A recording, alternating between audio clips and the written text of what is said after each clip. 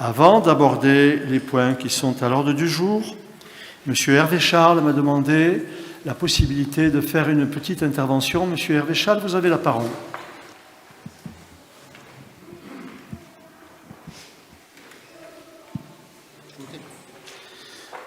Mesdames et messieurs les conseillers, monsieur le maire, permettez-moi tout d'abord, au nom du groupe Tarbes Citoyenne Écologique et Solidaire, de saluer de façon républicaine votre élection en tant que maire de Tarbes lors du dernier conseil municipal.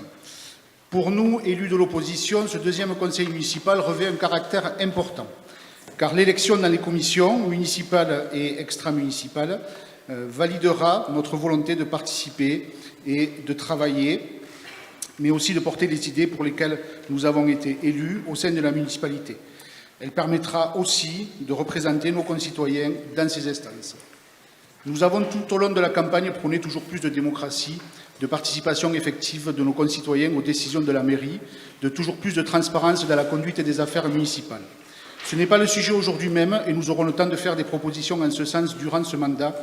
Par exemple, en ce qui concerne les horaires des commissions qui doivent permettre la participation des élus qui travaillent, ou l'accès aux informations et aux documents pour les élus, mais aussi pour toutes nos concitoyennes et nos concitoyens.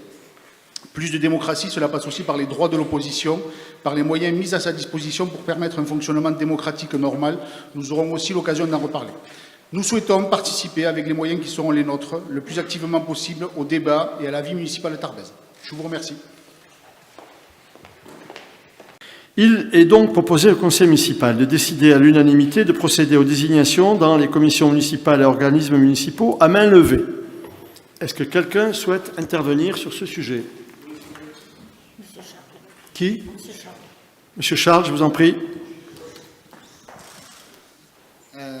Oui, monsieur le maire, nous avons une petite difficulté par rapport à ce vote, c'est-à-dire que, bon, bien évidemment, sur les commissions municipales ou sur la désignation des élus municipaux pour les écoles, on peut voter ça sans problème à main levée. Par contre, pour le fait de grouper les commissions extra-municipales, ça nous pose un problème parce qu'il y a certaines commissions sur lesquelles on souhaiterait voter pour, certaines commissions sur lesquelles on souhaiterait s'abstenir, puisque l'opposition n'a pas le droit de... Alors, je ne sais pas si on peut le faire à main levée, si on est obligé de repasser par un vote à bulletin secret. Voilà. Non. Si on pouvait le faire à main levée, rien que sur les commissions extra-municipales, voilà, on trouverait ça mieux. Alors, merci de votre intervention, je comprends parfaitement. Ce qui veut dire qu'au lieu de faire un vote groupé, de 8 à 35 par exemple, eh bien, je passerai les délibérations une par une. Et si maintenant il y a unanimité, les votes se feront à main levée. Et donc, quand vous désirez vous abstenir, vous lèverez la main et on essaiera d'aller le plus vite possible. Est-ce que ça vous convient, Monsieur Charles? Bien. Est-ce qu'il y a d'autres interventions? 17. Office de tourisme. Abstention? Oui, allez-y. Monsieur Cavaillès. Le micro plus près, s'il vous plaît. D'abord, une explication de vote. Notre groupe vote pour lorsque l'opposition est représentée dans les commissions et vote contre lorsque, ou l'abstention, lorsque les commissions ou les organismes ne sont représentés que par des membres de la majorité. S'agissant du point 17 de la délibération numéro 17, il s'agit d'une question qui rejoint celle de M. Dagdag, à savoir celle de la compétence entre l'agglomération et la ville de Tarbes. Aujourd'hui, il est prévu que les questions concernant le tourisme soient transférées à l'agglomération Tarbes-Lourdes de Pyrénées. Je voudrais connaître vos intentions, monsieur le maire, à ce sujet. Mais vous me parlez de la délibération numéro 7. La numéro 7 concerne l'IUT. Ah, 17 17, mais on n'y est pas encore, on verra tout à l'heure, hein. Ah, mais c'est là, oh, pardon, I'm sorry. La compétence développement du tourisme est effectivement une compétence dévolue à l'agglomération. Néanmoins, compte tenu de la compétence générale, nous nous intéressons, nous aussi, à ce secteur.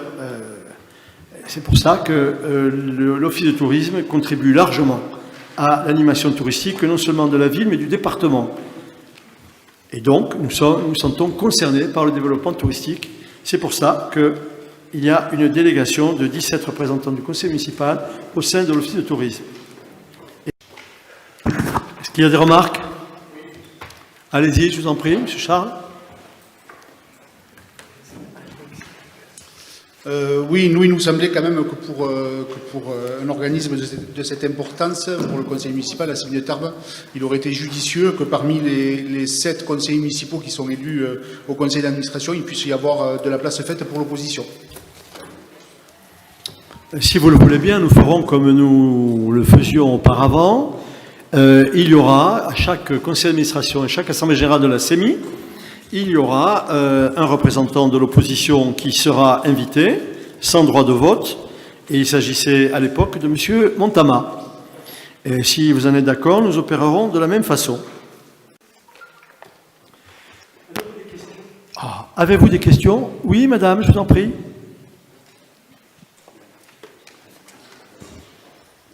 Madame Lahutte, vous avez la parole.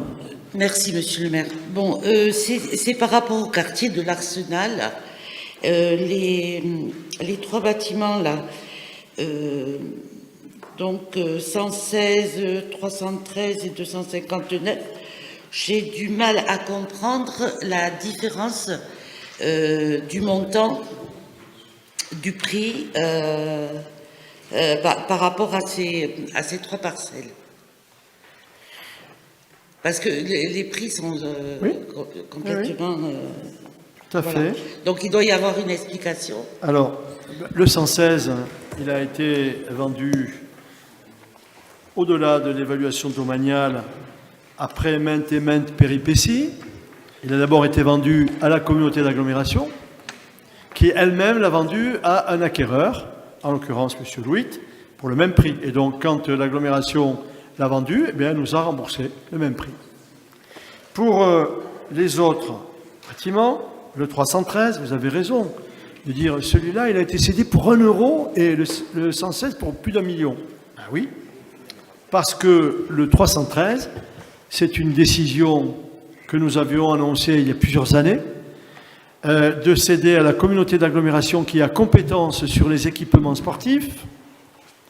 Nous avons décidé de le céder pour 1 euro, alors que c'est un bâtiment de 11 000 m².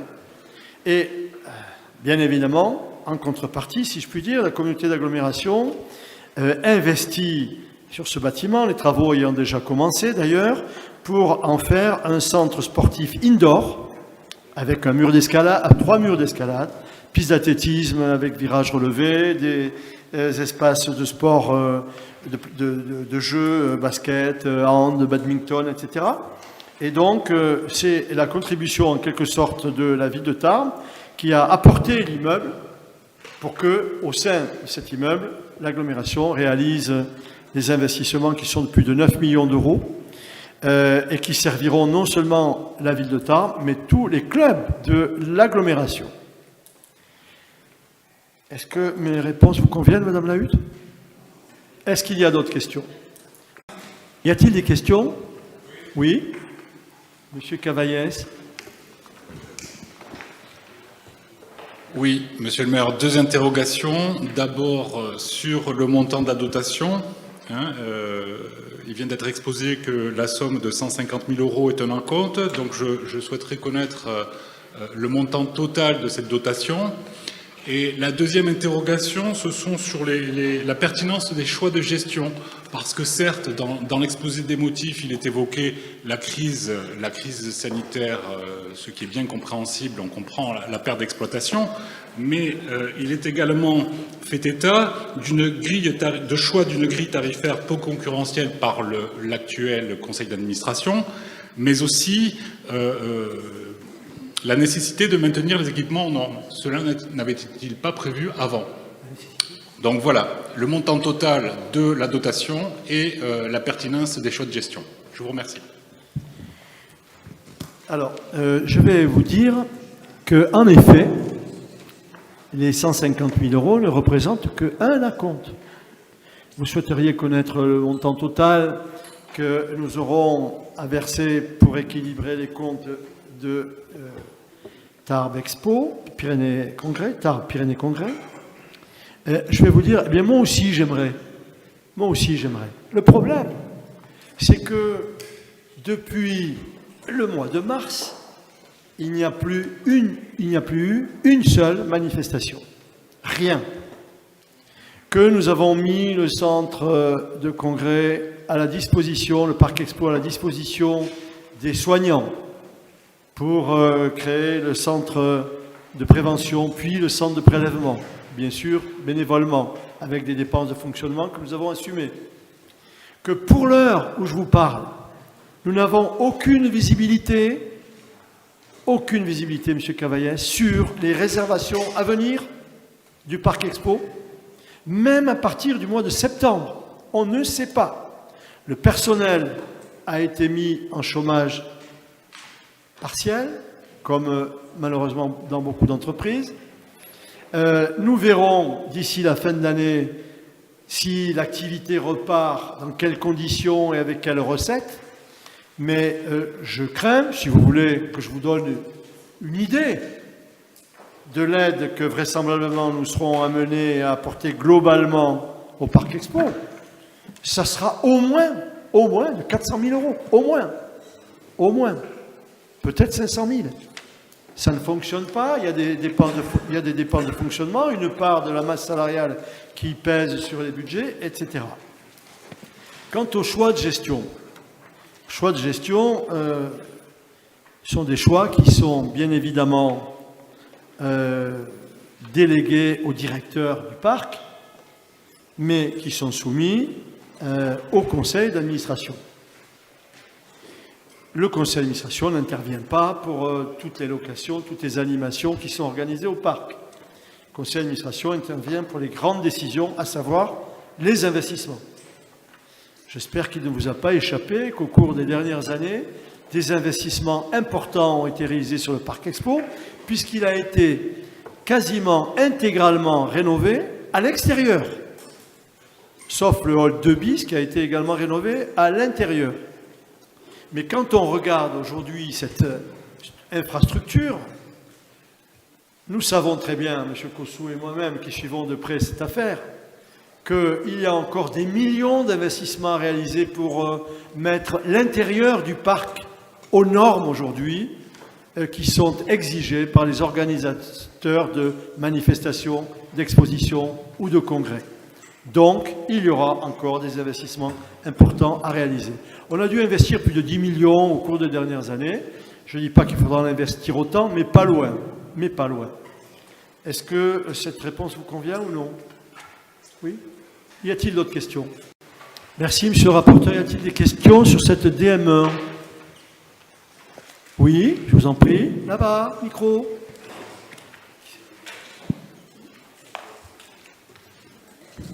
Madame Calais, nous vous écoutons. Oui, nous souhaiterions avoir peut-être des éléments d'illustration un petit peu de ce budget, et notamment concernant les conséquences de la crise que nous avons vécue et qui n'est pas terminée. Voilà, notamment concernant les dépenses imprévues et les dépenses déjà engagées. Bonne question, mais je vais vous répondre tout de suite. Je pense que la réponse à votre question, nous la trouverons surtout dans la DM2. Là, cette DM1, vous avez vu au niveau d'investissement, on vous présente des chantiers qui sont engagés avec des compléments nécessaires ou des affectations budgétaires. Je pense par exemple à la rue du Coffre en Pommiès, où on a prévu 1 375 000 euros, comme vous l'avez vu dans autorisation de programme crédit de paiement. Effectivement, dans les dépenses elles-mêmes, n'apparaissent pas pour l'instant les dépenses exceptionnelles liées à la crise, sauf les subventions qu'on a votées tout à l'heure, qui elles sont là.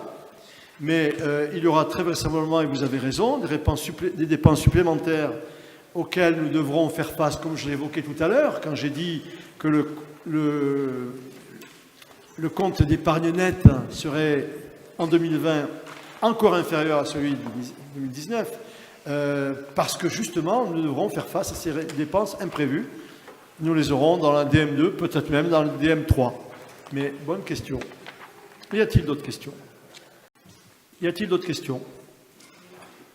Madame.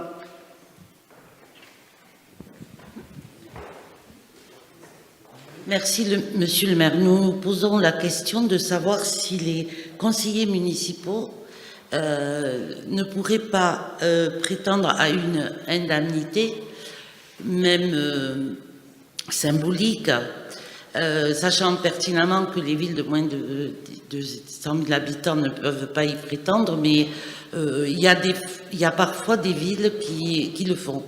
Voilà, donc c'était une demande de notre part.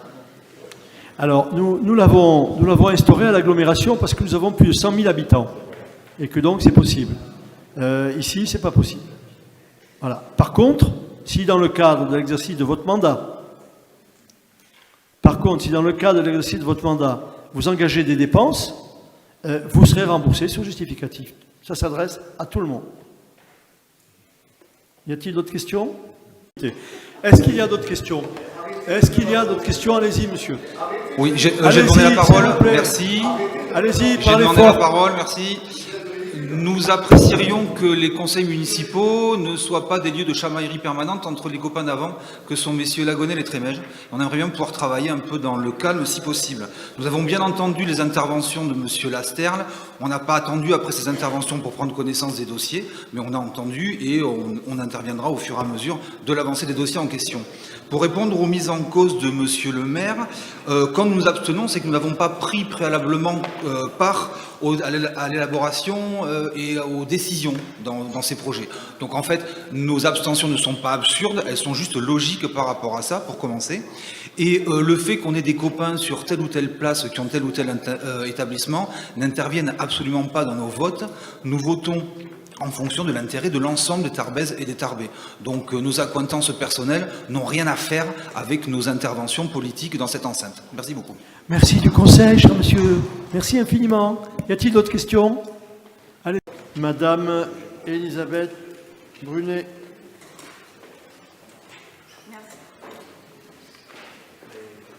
Merci, Monsieur le maire. Il s'agit de la fixation des tarifs liés aux activités du service des sports. Dans le cadre des activités proposées par le service des sports, il y a lieu de modifier la grille tarifaire 2020 ci-dessous en ajoutant une nouvelle ligne concernant les droits d'inscription pour les manifestations sportives telles que la course ou la marche. Il est proposé au conseil municipal d'approuver les tarifs proposés dans le projet de délibération qui vous a été transmis, d'autoriser monsieur le maire ou son représentant à signer tous les actes afférents à cette délibération et d'autoriser la révision de ces tarifs sur décision de monsieur le maire. Merci, Madame Brunet. Avez-vous des questions? Oui, monsieur. Allez-y. Nous allons devoir voter contre cette proposition parce que nous ne pouvons pas accepter que ni le maire ni qui que ce soit puisse décider tout seul de la révision des tarifs. Donc à cause du dernier point, on est obligé de voter contre cette... on ne peut pas accepter cette proposition. Oui, le dernier point. Autoriser la révision de ces tarifs sur décision de monsieur le maire. Mais monsieur, les décisions de monsieur le maire sont celles que le conseil municipal a adoptées. C'est pas monsieur le maire qui décide tout seul, c'est le conseil municipal qui décide. Il faudra que vous appreniez que c'est le conseil municipal qui décide. Le maire propose, le conseil municipal décide. Je soumets cette décision à votre approbation. Ceux qui désirent s'abstenir le manifestent en levant la main. Vote contre. 5 votes contre. Proposition adoptée. Ah, Madame Calais, pardon. J'entends rien. Je lève le bras moins haut que monsieur Lagonel. Pour autant, je l'avais... voilà. Écoutez, nous, bien évidemment, la question de l'accès aux droits, de l'accès aux soins et de l'accès à la prévention, elle est essentielle et on ne peut que se réjouir qu'une politique municipale puisse devenir volontariste. Et oui, effectivement, nous avons porté dans notre programme la création d'un centre de santé municipal, ce qui n'était pas le cas de tout le monde. Voilà. C'est dommage qu'on n'y ait pas eu le nôtre. Parce que, voilà, c'est un lieu où on va avoir des soins de premier recours.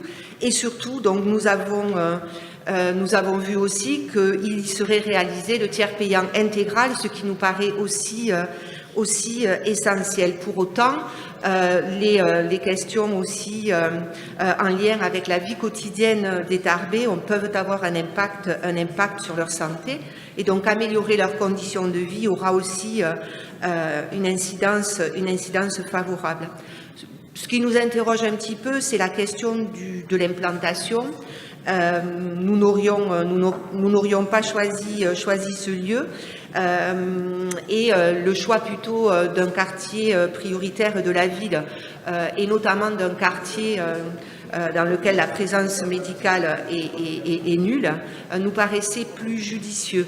Mais nous avons lu avec attention votre projet, le projet de santé, et nous avons vu qu'il était possible de créer une annexe. Donc peut-être que, comme vous le dites, quand le centre de santé aura atteint sa vitesse de croisière, nous espérons qu'effectivement il voguera tranquillement, nous serons attentifs à ce que cela puisse se faire. Et peut-être on peut aussi, je ne sais pas si c'est pertinent, mais aller sur les autres délibérations. C'est vrai qu'il y a la question de la rémunération qui est posée, puisque vous avez bien dit que l'idée est que de jeunes médecins généralistes puissent venir s'installer, et je pense que c'est un mode d'exercice, enfin nous pensons que c'est un mode d'exercice qui peut être effectivement attractif. Pour autant, la question de la rémunération se pose. Vous parlez d'une rémunération sur la grille de la fonction publique, mais laquelle? Est-ce la fonction publique territoriale? Est-ce la fonction publique hospitalière? Ça n'est vraiment pas du tout la même chose. Voilà, donc ça c'est quand même important aussi d'en parler. Et enfin, voilà, vous parlez de financement susceptible d'être réalisé. Donc là, on rejoint un petit peu ce qu'a dit Monsieur Lasterle sur la nécessité de mobiliser les financements et les financements notamment publics. Donc voilà, ce terme de susceptible nous interroge un petit peu. Et pour finir, j'ai parlé donc de la question de l'implantation dans les quartiers prioritaires de la ville. Cela peut aussi impacter des financements spécifiques de l'Agence nationale de la cohésion des territoires, mais je pense que Madame Doubrère connaît tout ça. Voilà. Bien. Beaucoup de questions, tout à fait légitimes. Que je vous dise d'abord, concernant la localisation. On a cherché longtemps un lieu qui pourrait convenir, c'est-à-dire un lieu suffisamment vaste pour accueillir au moins 4 ou 5 cabinets dans le même lieu, avec possibilité de stationnement, et puis un lieu où nous pourrions procéder à l'aménagement pour disposer d'infrastructures neuves, saines. Et je crois que c'est le cas pour ce lieu pour l'instant. Mais dans nos statuts, nous avons prévu, en effet, comme vous l'avez souligné, que dès que le centre Louis Larenc arrivera en régime de croisière normale et vers l'équilibre, on a prévu la création d'annexes sur la ville, dans des lieux, effectivement, de politique de la ville.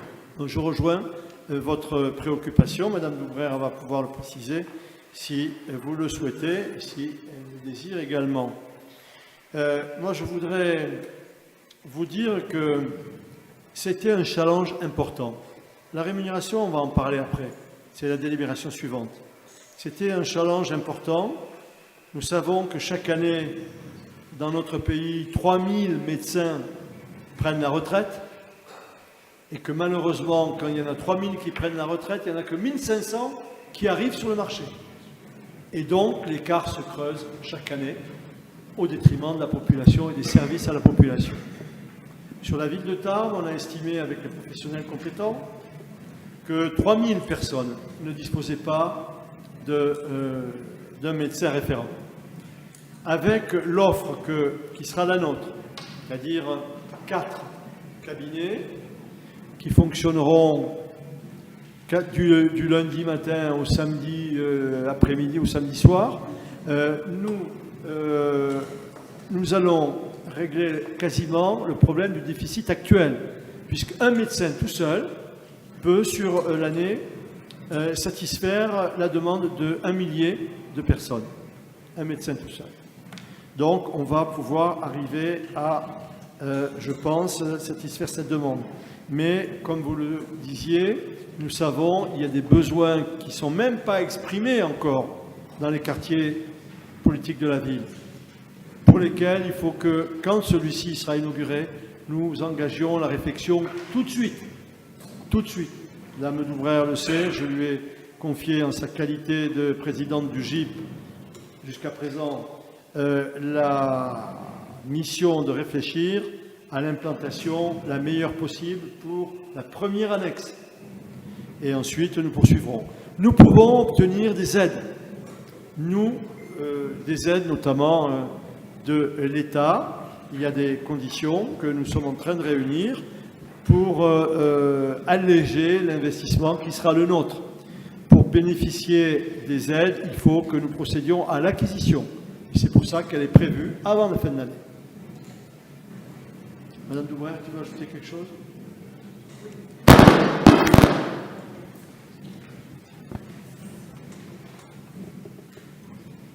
Merci. Il est ouvert ?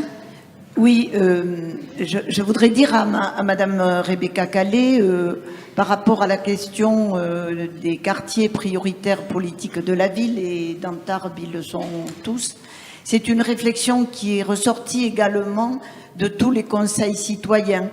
Donc, bien évidemment, nous allons tout de suite nous mettre au travail par rapport à la localisation de cette future implantation dans un quartier prioritaire. Le quartier Solazur également en particulier, Madame Rebecca Calais, vous le savez bien, est dénoncé par les conseils citoyens, hein, tous les participants des conseils citoyens. Donc, bon, on va le travailler au niveau de la politique de la ville, c'est prévu en tout cas. Il y a également la mise en place d'un contrat local de santé à réaliser également. Et voilà, et un contrat local de santé mentale également. Donc voilà, nous avons encore du travail en matière de santé. Je vous en prie, allez-y. C'est la 95e délibération. Je sais que tout le monde est pressé d'en finir, quoique ça a été plus rapide que prévu. C'est pas fini d'ailleurs. Mais nous avons chose à vous dire. Tarbes Citoyenne a tenu à faire une explication de vote concernant cette 95e délibération, en rappelant que nous avons voté pour les exonérations précédentes, considérant bien évidemment que la puissance publique doit participer et aider en cette période de crise, tenter d'amortir cette crise économique, notamment à Tarbes. En revanche, là, ça rentre en conflit avec une deuxième crise majeure qui est celle du réchauffement climatique. Et à la différence de nombreuses autres villes qui ont mis en place, lors du déconfinement, des pistes cyclables temporaires qui ont été par la suite laissées en place, rien n'a été fait jusqu'à présent. Donc, vous avez évoqué une intention concernant les pistes cyclables, mais force est de constater qu'à cette occasion-là, vous n'avez rien fait. Donc, nous nous abstiendrons pour cette 95e délibération. Bon, je ne veux pas faire de polémique, mais ce que vous dites est inexact. Quand vous dites qu'on n'a rien fait, ce n'est pas vrai. Ce n'est pas vrai. Il y a des pistes cyclables que nous avons réalisées chaque fois que c'était possible. Alors, s'il vous plaît, modérez vos jugements, regardez avant ce qui s'est passé. Bon, ceci étant, je ne veux pas polémiquer, donc je ne vais pas insister.